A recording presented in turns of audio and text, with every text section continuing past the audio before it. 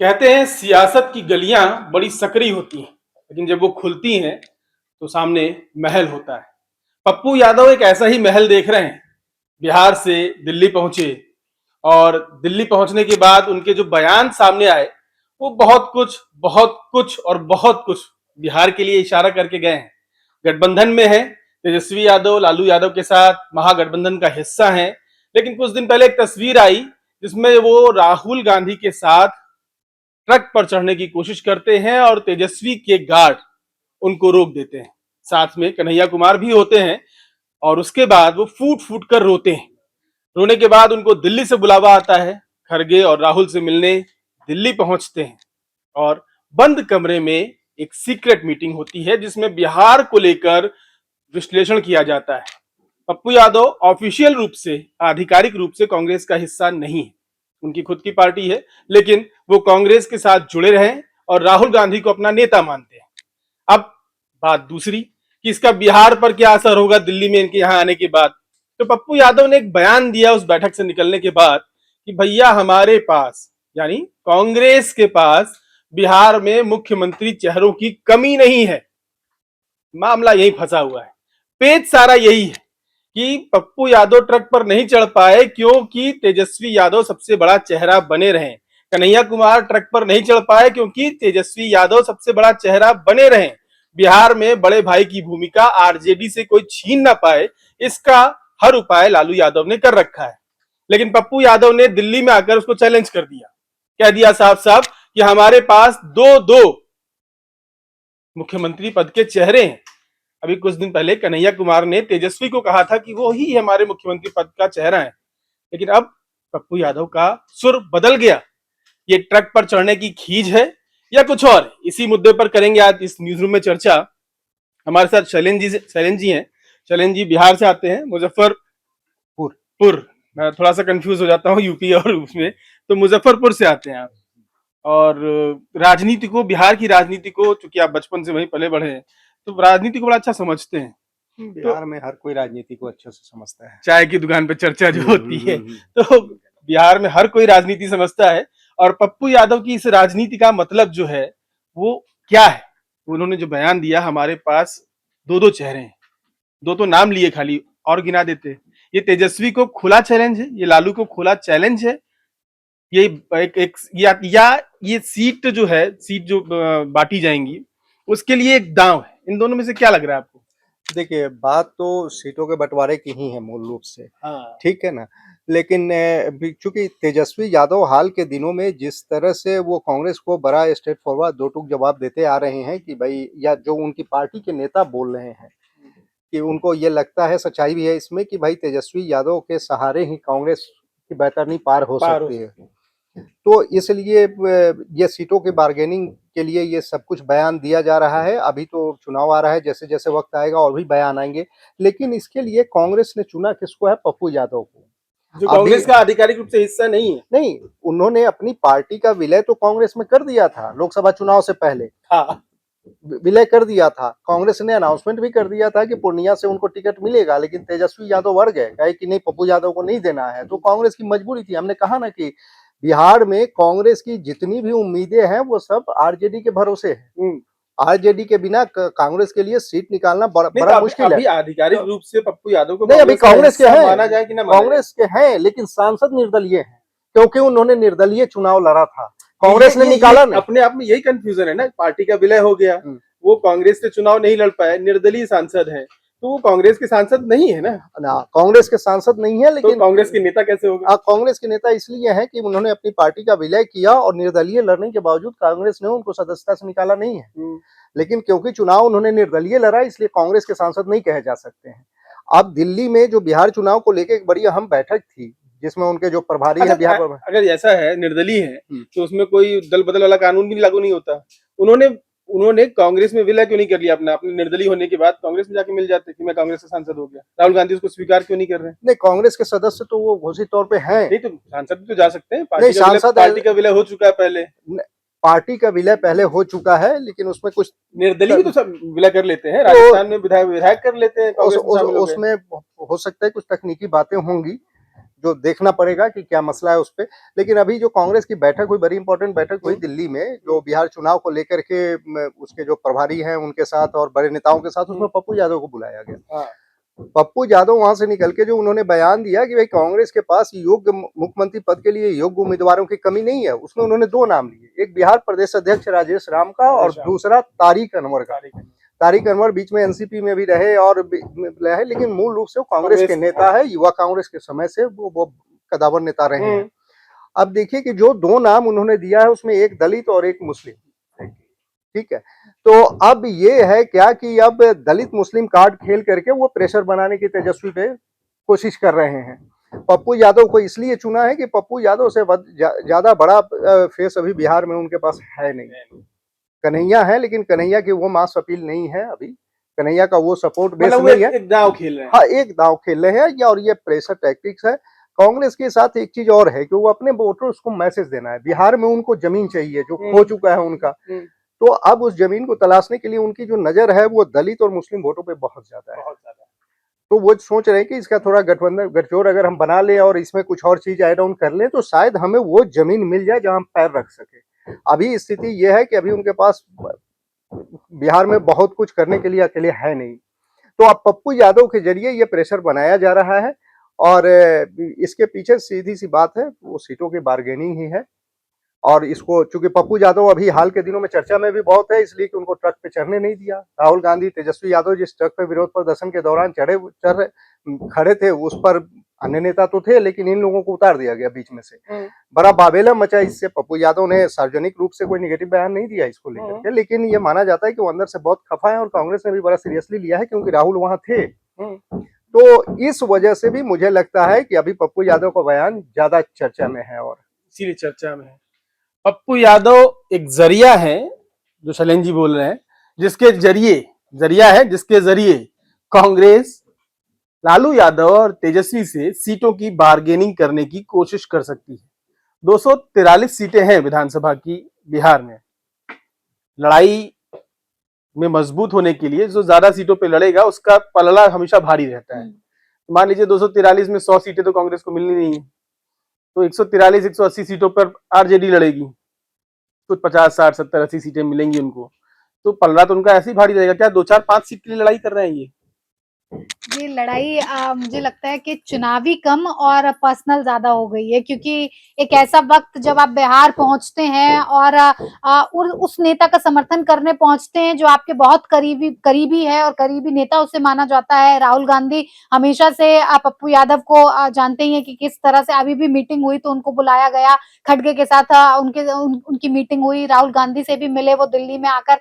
तो साफ तौर पर अगर बिहार वो राहुल गांधी का समर्थन करने पहुंचे थे और उस वक्त पर तेजस्वी यादव के रहते हुए उनके साथ इस तरह का एक अभद्र व्यवहार कर दिया जाए, तो ये चुनावी सियासत से ज्यादा मुझे पर्सनल लगता है कि एक तो बिहार में जहां पप्पू यादव को बाहुबली राजनेता के नाम पर जाना जाता है, पहचाना जाता है, एक मजबूत जमीन उनके नाम पर आती है। कोसी और सीमांचल को अगर देखें तो वो एक मजबूत उनका क्षेत्रीय इलाका है जहां पर उनकी जो वोटर्स की पकड़ है वो बहुत तेज है। ऐसे में अंदर से एक कॉम्प्लेक्स आ जाते कि अरे भाई आप बिहार में आके, बिहार में ही हम हैं, हमारा भी गढ़ बिहार है और आप हमें ऐसे बेइज्जत कर रहे हैं, आप हमें ट्रक पे भी नहीं चढ़ने दे रहे हैं। तो कहीं ना कहीं ये पर्सनल दुश्मनी पप्पू यादव की नजर आ रही है और कहीं ना कहीं देखा जाए तो ये पर्सनल दुश्मनी राहुल गांधी और कांग्रेस के लिए एक तरह से पॉइंट बनकर भी सामने आ गई है कि चुनाव भी पास है, तो ऐसे में इसे एक मौके के तौर पर कांग्रेस पार्टी बुना सकती है। मीटिंग भी हुई, मीटिंग में भी साफ तौर पर राजद के लिए, खासकर तेजस्वी यादव के लिए जिस तरह से पप्पू यादव ने खुलकर 2 नाम सामने रखे, राजेश राम और तारिक अनवर का, उससे साफ है कि कांग्रेस का एक मजबूत चेहरा जो इंडी गठबंधन का हो सकता है वो तेजस्वी यादव पर भरोसा नहीं कर रहा है, वो कोई और ही नाम बता रहा है कि मुख्यमंत्री के तौर पर कांग्रेस के पास बहुत सारे विकल्प हैं। तो ये पर्सनल ज्यादा खींचतान नजर आ रही है। तो वक्ता को ये पर्सनल लग रही है। वैसे मैं आपको सियासी समीकरण समझा दूं, एवरेज या औसतन हर राज्य में करीब 20% दलित होते हैं और इतने ही करीब मुस्लिम होते हैं। 20 + 20 यानी 40% वोट। और ये मतदान जब भी किसी पार्टी के पक्ष में होता है तो लगभग एक तरफा होता है, यानी 30 से 35% वोट किसी एक दल को मिल जाते हैं। यूपी में कभी ये मायावती ने किया था, बाकी राज्यों में बहुत लोग इसको करके आजमा चुके हैं। और कांग्रेस अब इसी दांव के भरोसे बिहार में कूदना चाहती है, अपने आप को साबित करना चाहती है। इसीलिए वो संविधान लेकर चलती है बाबा साहब अम्बेडकर का, जो दलित वोटों को जोड़ता है, और कांग्रेस के साथ मुस्लिम वोट बैंक हमेशा रहा है, क्योंकि तुष्टीकरण के आरोप उन पर हमेशा लगते रहे। तो इस वोट बैंक को गैदर करना अपने साथ कांग्रेस के लिए थोड़ा आसान है, जो जिस माहौल में फिलहाल वो है। हमारे साथ चालू है, ये भी बिहार से ही आती हैं। चालू, पप्पू यादव कुछ उखा पाई है, कुछ कर पाई है, मतलब खाली ट्रक पे चढ़े के ना मिलल तो रोए लगले, और ओकरा बाद फिर पहुंच गए दिल्ली तो कहते रहे खड़गे जी का आशीर्वाद हमनी के संगे बा, तो होई कुछ उखाड़ तक खूबे पई है। लेकिन हमर भाषा जे छै भोजपुरी नहीं छै, हमर अंगिका होले वही अंगिका जहाँ से पप्पू यादव आवे छै। यही तो खासियत है बिहार हाँ, की। अंगिका होले हमर भाषा। अंगिका यानी कि पप्पू यादव के इलाका से ही हम छिए, तो थोड़ा ज्यादा अच्छा से राजनीति जाने छिए। तो अब आते हैं कि पप्पू यादव और आरजेडी के बीच बहुत पहले से रहा है ऐसा खींचतान। 2009 में एक आरोप लगा था, उसके बाद पप्पू यादव को निकाल दिया गया पार्टी से, फिर 2010 में भी निकाला गया, फिर पप्पू यादव खिसिया गए तो एक पार्टी बनाए अपना, फिर अभी कांग्रेस के साथ जैसा कि शैलेंद्र जी ने बोला कि विलय किया। लेकिन आप समझिए कि पप्पू यादव हमेशा से ही बागी तो रहे हैं, बगावती तेवर उनमें हमेशा से रहा है।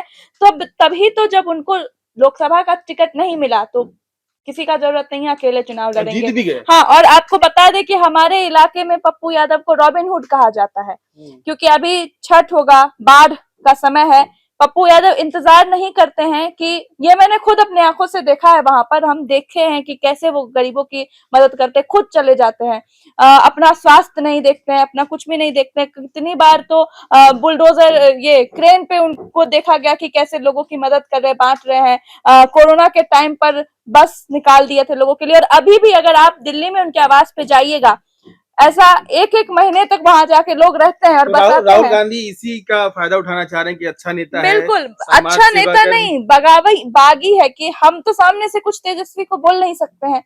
राजनीति में तो हर समीकरण बैठाना होता है, आप भी हाँ। समझते हैं इस चीज को कि सामने से हम नहीं बोल पाएंगे कि जो है अरे हम अब पप्पू यादव को क्यों नहीं चढ़ने दिए। लेकिन ये बात मल्लिकार्जुन खड़गे, कांग्रेस, स्पेशली राहुल गांधी, सोनिया गांधी, इनको लगा होगा कि अगर हम वहां पर हैं, फिर मेरे साथी जो हमको समर्थन कर रहे हैं, भले आपको करें ना करें, तो आप उसको फिर भी नहीं चढ़ने दिए। तो इस चीज के लिए जो दुख था, तो वो जवाब तो कैसे मिलेगा। जवाब तो मिलेगा, करारा जवाब करारा मिलेगा। जवाब बिल्कुल। मिलेगा। तो पप्पू यादव को आगे की अब तुम ही बोलो, उनको पिंच किया जा रहा है, और वो ये चीज बोल रहे हैं अब मीडिया के सामने में।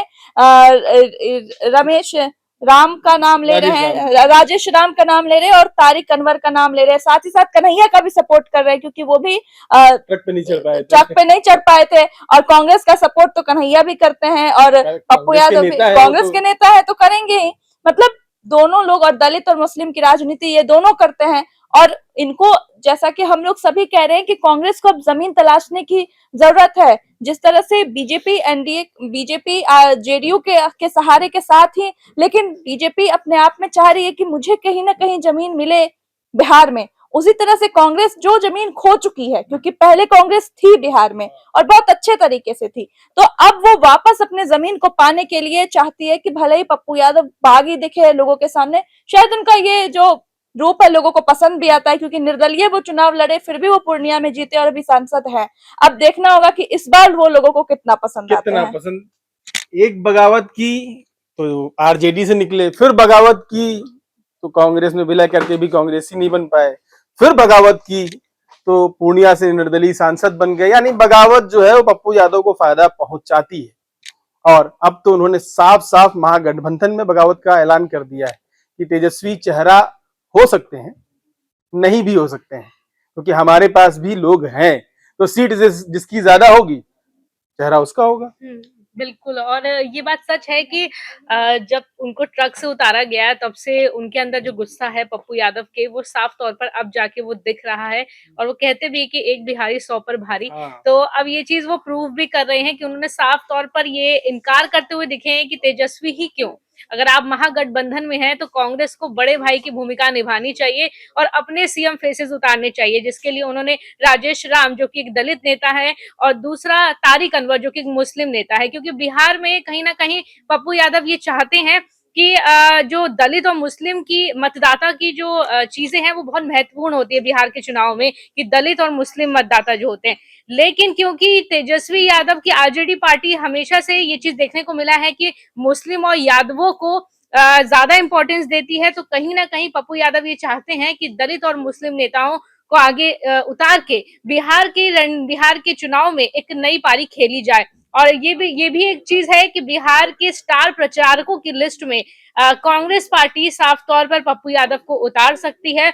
और पप्पू यादव ने पहले भी कई काम किए हैं, पूर्णिया से उन्होंने चुनाव लड़ा, वो जीते हैं, वो अभी कांग्रेस पार्टी के सदस्य हैं, लेकिन पार्टी के खिलाफ जाके उन्होंने पूर्णिया से लोकसभा में चुनाव लड़ा था और वो सीट को जीता भी था। लेकिन पप्पू यादव जिस तरीके से तेजस्वी यादव को नकार रहे हैं, ये साफ तौर पर ये दिखाता है कि वो तेजस्वी को पसंद नहीं करते हैं। पहले भी कई मौके आए हैं जब तेजस्वी को उन्होंने अहंकारी बताया है। तो अब लगता है कि ये सारी चीजें होने के बाद महागठबंधन में एक दरार जरूर आएगी और इसका फायदा साफ तौर पर एनडीए उठाएगा। और तो और साथ में नीतीश की पार्टी पे नीतीश की पार्टी भी इनका फायदा जरूर उठाएगी, क्योंकि जब महागठबंधन में फूट आ जाएगी तो इसका फायदा जो है वो एनडीए सरकार को जरूर होगा। लेकिन साफ तौर पर ये बात सच है कि बिहार में दलित और मुस्लिम मतदाताओं की एक महत्वपूर्ण भूमिका रही है। और कहीं ना कहीं पप्पू यादव ने मल्लिकार्जुन खड़गे और राहुल गांधी से ये चीज बात शेयर की है कि तेजस्वी यादव की पार्टी आरजेडी ने हमेशा से वहां एमवाई वाली रणनीति चलाई है, यानी कि मुस्लिम और यादवों वाली। अब वो चाहते हैं कि राजेश राम को आगे किया जाए या फिर तारिक अनवर को आगे किया जाए और अपनी एक पैठ जो है वो बिहार की जमीन पर बैठाई जाए। बिहार की जमीन पर अपनी एक पैठ बनाई जाए, बड़ा मुश्किल है, चैलेंज है, बहुत बड़ा चैलेंज है। कांग्रेस जूझ रही है इससे लंबे समय से, अपने नेता को ट्रक पर चढ़ा तो पा नहीं रही है, तो कुर्सी पे कैसे चढ़ाएगी, ये एक बहुत बड़ा सवाल है। तो सारी राजनीति जो है वो सीटों के बंटवारे के लिए, ये तो साफ साफ समझ में आ रहा है। मुस्लिम दलित समीकरण, फिर मुस्लिम यादव समीकरण, अब जातीय समीकरण शुरू हो चुके हैं कि बिहार में चुनावों की तारीख का ऐलान कभी भी हो सकता है। दलित वाला एंगल तो हमेशा नीतीश के पक्ष में रहा है, तो उसमें एंट्री कैसे मारेगी कांग्रेस? नहीं, कांग्रेस एंट्री इसलिए मार सकती है कि सेकंड पार्टी कांग्रेस इस मामले में बन सकती है, क्योंकि जब कांग्रेस वहां के मुद्दे उठाती है, और दलितों का मुद्दा तो खैर ऐसा होता है ना कि अगर यूपी का मामला है तो भी वो बिहार में इम्पैक्ट डालता है, मध्य प्रदेश में इम्पैक्ट डालता है। दलितों के मामले में एक बड़ी अच्छी चीज ये है, तो यूपी के मामले हों चाहे देश के किसी और अन्य हिस्सों के मामले हों, उसको उठा के वो भुनाना चाहे तो भुना सकती है। लेकिन दिक्कत कांग्रेस के साथ ये है कि कांग्रेस के पास बहुत प्रभावशाली लीडरशिप नहीं है वहाँ। भले वो राजेश कुमार को आगे करने की बात कर रहे हैं, लेकिन जब बुनियादी तौर पे आपका संगठन ही कमजोर है प्रदेश में, तो आप किस तरीके से आगे बढ़ा के उनको और इस मुद्दे को भुना ले जाएंगे, इतना आसान नहीं है बिहार की सियासत में। दूसरी चीज, पप्पू यादव का जो रिएक्शन है वो बहुत स्वाभाविक रिएक्शन है कि अगर किसी को आप ऑफिस में आने से रोकेंगे तो जाहिर सी बात है वो बाहर जाके कुछ ना कुछ तो बोलेगा ही, भाई बेवजह हमको नहीं आने दिया, कुछ ना कुछ अपना। कभी उन्होंने नहीं बोला, कोई ऐसा रिएक्शन नहीं दिया नेगेटिव, लेकिन दिल्ली आकर एकदम साफ साफ बोल दिया कि भैया दो चेहरे हैं मुख्यमंत्री के हमारे पास। वो वही है कि वो कांग्रेस सीधे नहीं कहना चाहती है, वो पप्पू यादव के जरिए कहलवा रही है कि तेजस्वी यादव किसी भ्रम में न रहें कि इतनी कमजोर है कांग्रेस कि अपने हक की बात नहीं कह सकती। ये बस एक मैसेजिंग है तेजस्वी यादव और आरजेडी के लिए कि आप इस भ्रम में मत रहिए कि हम बार्गेनिंग करने की कंडीशन में नहीं है, हम पुरानी पार्टी हैं और हमें राजनीति के दांव पेच बहुत बेहतर आते हैं। यही सिखाया है तेजस्वी को पप्पू यादव के जरिए कांग्रेस ने सिखा दिया है, क्लास लग गई है, क्लास बिहार के चुनाव की, पप्पू यादव के दांव की, और किसके पैर होंगे मजबूत इस बात की। आरुषि भी हैं, आती तो यूपी से हैं, लेकिन बड़ा सिंपल और छोटा सा सवाल है आपसे, बहुत घुमाऊंगा नहीं मैं आपको क्योंकि आप यूपी से बिलोंग करती हैं। पप्पू यादव एक अलग नेता है, निर्दलीय सांसद हैं, कांग्रेस को समर्थन करते हैं, राहुल गांधी को अपना नेता मानते हैं। एक बयान देते हैं, बयान ये कि कांग्रेस के पास दो मुख्यमंत्री के चेहरे हैं और महागठबंधन में हर कोई मान रहा है कि तेजस्वी यादव चेहरा है।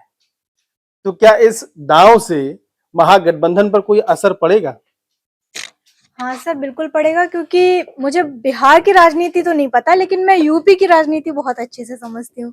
तो उस हिसाब से मतलब मुझे ऐसा लगता है कि कांग्रेस आखिर हमारे देश की सबसे पुरानी पार्टी है, तो उसे इतनी कमजोर नहीं है। वो हो गई होगी थोड़ी सी, लेकिन वो इतनी नहीं है, क्योंकि मैंने देखा है कि आज भी जब वो आती है तो बीजेपी के नेता भी खड़े साइड हो जाते हैं, तो ये कोई छोटी बात नहीं है। तो मुझे ऐसा लगता है कि जो नई पार्टियां हैं उन्हें तो फिर खतरा है ही। ये आरुषि की अपनी राय है, पुराने आजादी की लड़ाई वाले ख्यालों को साथ में लेकर कि कांग्रेस एक पुरानी पार्टी है और सचमुच बहुत पुरानी पार्टी है, लेकिन इस पुरानी पार्टी के कितने पुराने कार्यकर्ता इसके पास बचे हैं वो कांग्रेस को भी सोचना पड़ेगा, और नए कैसे जुड़ेंगे वो भी सोचना पड़ेगा। दलित यादव समीकरण, दलित मुस्लिम समीकरण, या कौन सा समीकरण कांग्रेस के लिए काम करेगा ये भी सोचना पड़ेगा इन दावों के साथ जो पप्पू यादव कर रहे हैं। आपको क्या लगता है, पप्पू यादव के जो बयान है ये महागठबंधन में हलचल मचाएंगे, तेजस्वी के कद को घटाएंगे, या कुछ नया कांग्रेस वाले कर पाएंगे? सोचिए और अपनी राय हमें कमेंट करके जरूर भेजिए। हमारे चैनल को भारत कॉरिडोर्स को लाइक और सब्सक्राइब करना ना भूलें, क्योंकि आप हमें सपोर्ट करेंगे तभी तो हम खबरें दिखा पाएंगे।